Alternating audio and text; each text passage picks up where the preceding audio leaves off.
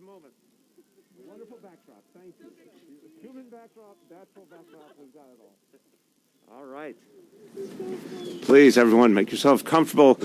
Everybody, this is something that we have not had enough of in the last year, 2020, and we're going to have a lot of in the year 2021. This is good news. This is positive news. This is hope. This is New York City coming back to life. And what I am talking about every single day is a recovery for New York City, a recovery for all of us. And no place represents all of us more than right here where we are at the Delacorte Theater. What has been done over the years, Shakespeare in the Park, is the epitome of the New York ideal. It literally is. And we think with some reverence at this moment, we remember Joe Papp and so many other good people back in 1962 decided that these performances needed to be for all the people and took a form which, let's be honest, in many ways was considered elite.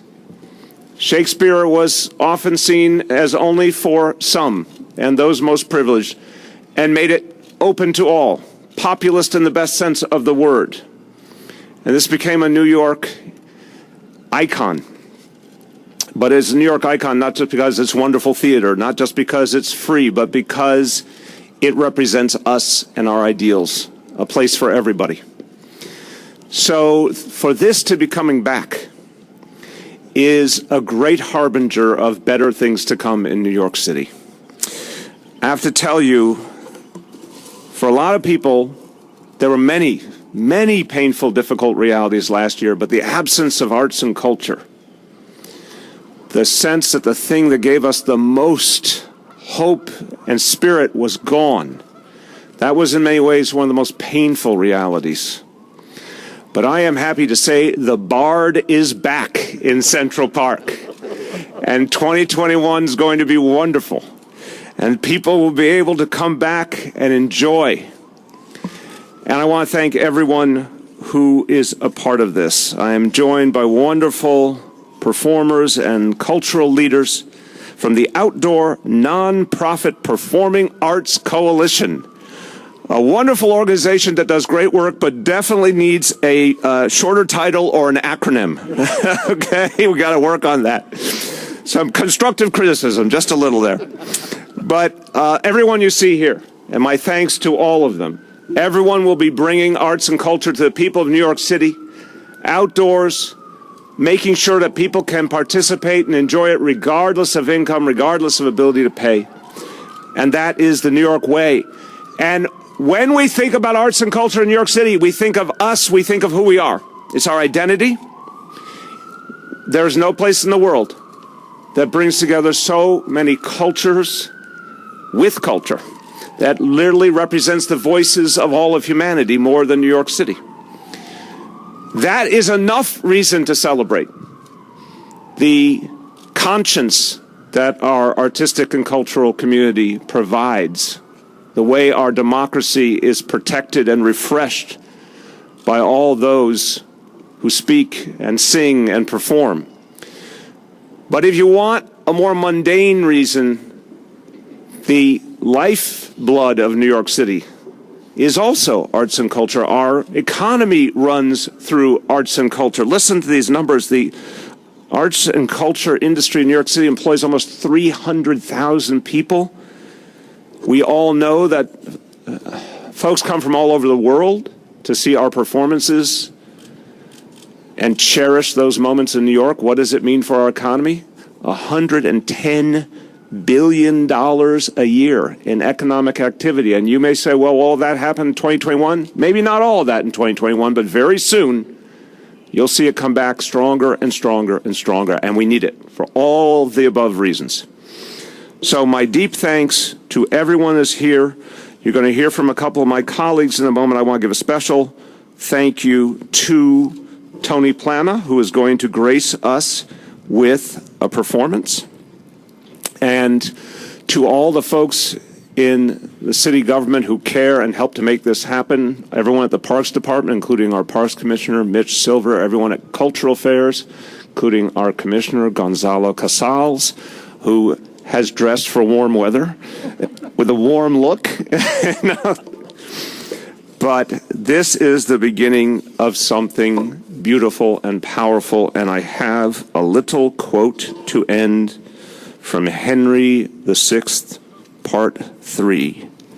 For here, I hope, begins our lasting joy.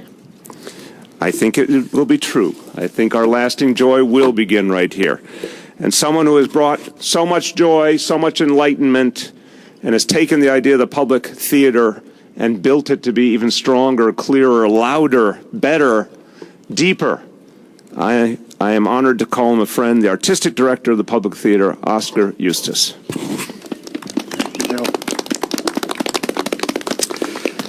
Thanks to Mayor de Blasio, thanks to the City of New York, the Parks Department, the Department of Cultural Affairs, everybody who works for this city who has made this announcement possible, and even more importantly, who is making the work that we are going to do possible. We are honored to be able to share this stage with the Classical Theater of Harlem, with the National Black Theater, with Summer Stage Heather, Sade, Ty, wonderful friends and comrades in the struggle. We're all in the same business. We're in the business of making one New York.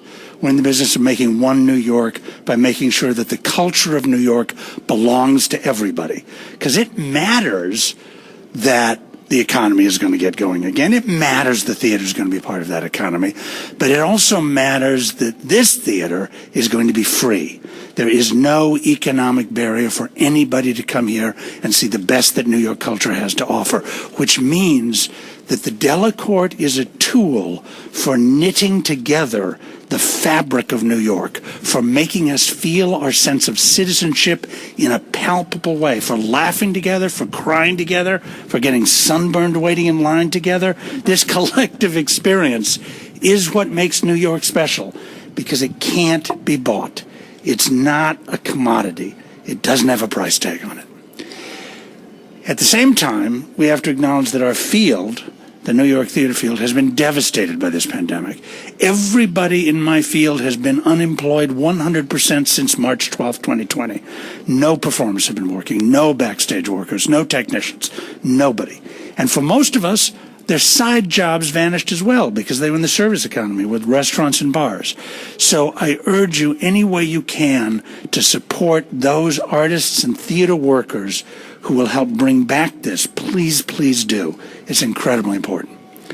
This is a moment when we have to tell you we're going to be paying total attention to health. We believe in science. We believe in keeping our audience healthy. We believe in keeping our actors healthy. We have been working and will continue to work with the city, with the state, with the Parks Department, with all the beautiful unions that represent our workers to make sure that hand in glove, in lockstep, we are creating experiences that are not only artistically fulfilling, not only sociologically vital, but are also completely safe. We have to come back together. We have to experience the theater because that's how we best experience our own community. It's an immense honor for me right now to introduce to you one of the Associate Artistic Directors of the Public Theater, Saheem Ali, who is not only a leader of the theater, but who we are blessed to have directing our first show back in the park, Merry Wives of Windsor, which is going to be performing on this stage for that audience on July 6th. Saheem Ali.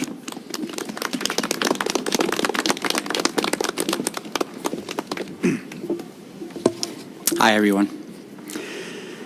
I immigrated to this country from East Africa in 1998. I settled in Boston for my undergraduate education. A few years later, I took the Chinatown bus down to New York City. I couldn't afford a Broadway ticket, so I stood in line outside there to watch Shakespeare in the Park for free. I sat in these very seats under the stars and dreamt of moving to this incredible city and directing at this great theater. Only in New York can an African immigrant with a big dream of making it in the arts, no less, get this close to achieving it. I've been so honored to join the artistic leadership team of the Public Theater, where through the pandemic we have remained committed to connecting audiences and actors and artists by creating digital productions on the internet and on the airwaves. Last summer, we partnered with New York Public Radio to bring you Richard II, featuring Andre Holland. This week, we're releasing our audio play, Romeo y Julieta, with Academy Award winner Lupita Nyong'o. And I'm so proud, as Oscar said, that this summer I'll be directing Merry Wives, Shakespeare's hilarious comedy adapted by my dear friend Jocelyn Bio, a talented playwright who is a first-generation West African, born and raised right here in Harlem. Our production of Merry Wives will be set just north of Central Park and south of 125th Street, where immigrant communities from the African diaspora have settled. We're excited to fill this theater with laughter, with radical black joy, and to celebrate the rich diversity that New York City has to offer.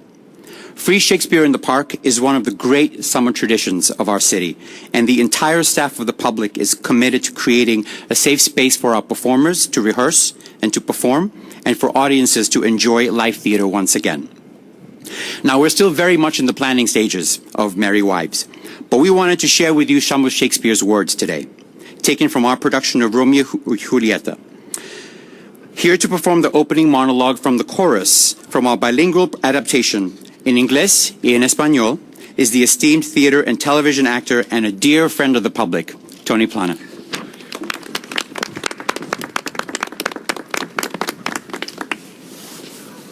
I look forward to warmer weather on the Delacorte Theater. I don't know if a Cuban can perform in these temperatures, but I'm going to try. You're going to make history. Maybe I'll bring some warmth to this. Dos familias, both alike in dignity. En Verona, escenario gentil. From ancient grudge break to new mutiny, where civil blood makes civil hands unclean. From forth the fatal loins of these two foes, a pair of star-crossed lovers take their life, whose misadventured, piteous overthrows doth with their death bury their parents' strife.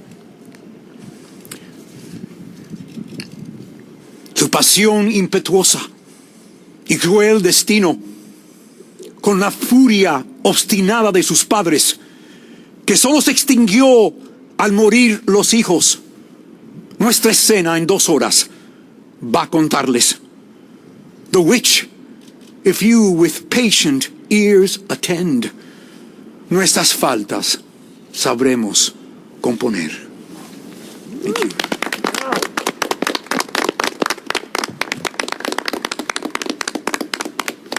Yes, we can confirm a Cuban can perform in these temperatures. You have struck a blow for liberty. So, thank you so much. Beautiful, beautiful. And a little indicator, just a little sign of what is to come this summer and how wonderful it'll be. Because when I heard you speak, I just felt like time stopped and we all were just hearing your voice. And that's what we're going to experience again right here on this stage in the summer.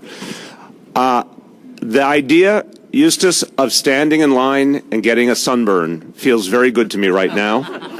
And I look forward to joining all of you getting that sunburn together because people will be lined up for miles for the chance to be back in this beautiful space. And it's going to be a sign of rebirth. When the first actor walks on this stage on July the 6th, it will be another sign that New York City is coming back for good. And for better. For better. We will make it a better city for everyone. Thank you, everybody.